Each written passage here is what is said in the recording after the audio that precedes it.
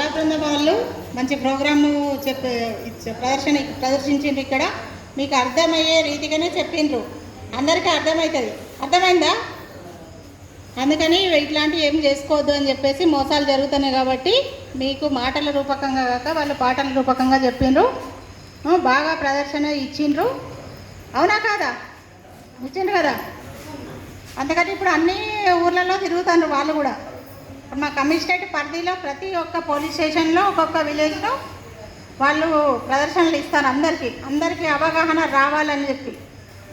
అర్థమవుతుందా?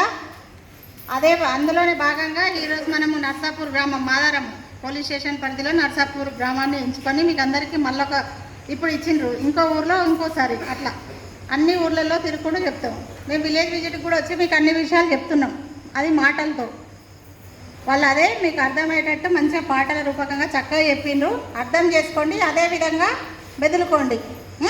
ఇప్పుడు సార్ కూడా మన సిఏ సార్ కూడా మంచిగా చెప్పిండు, పిల్లల్ని చదివించాలి, మంచి భవిష్యత్తు ఉంటుందని చెప్పేసి. అది కూడా దృష్టిలో పెట్టుకోండి. అందరు పిల్లల్ని ఎవరైనా హాస్టల్లో వేయాలనుకున్నా కూడా మా దగ్గరకు వచ్చి చెప్పండి, మేము కూడా హాస్టల్లో చేర్పిస్తాం. సరేనమ్మా? ఇప్పుడు ఎత్తుపోకండి, మీరు కాసేపు ఉండండి. మనం మాట్లాడుకోవాలి. మీ ఊర్లో ఏం జరుగుతుంది ఏంటిది మాకు తెలియాలి కదా. అందుకోసం మీతో పాటే ఉంటా నేను ఇక్కడే. ఓకేనా? ఉండండి, మంచిగా తినొచ్చాను, ఉండండి ఇక కాసేపు. ఓకే, ఇక మా వాళ్ళే తినలేదు కళా బృందం వాళ్ళు పాపం అప్పటి నుండి కష్టపడతా ఉన్నారు. మీరు వచ్చి కూడా లేట్ అయింది, లేకపోతే ఇప్పటిదాకా వాళ్ళ ప్రోగ్రామ్ అయిపోయేది. ఇప్పుడు వాళ్ళు కూడా భోజనం చేయాలి.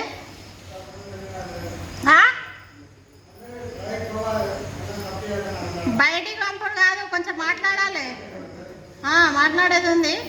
నువ్వు వెళ్తే ఎల్లు నిద్ర వస్తే కానీ మిగతా వాళ్ళు ఉంటారు. అర్థమైందా? సరే, ఓకే. కళా బృందం వారికి నా తరఫున పేరు పేరున అందరికీ ధన్యవాదాలు. ఓకే.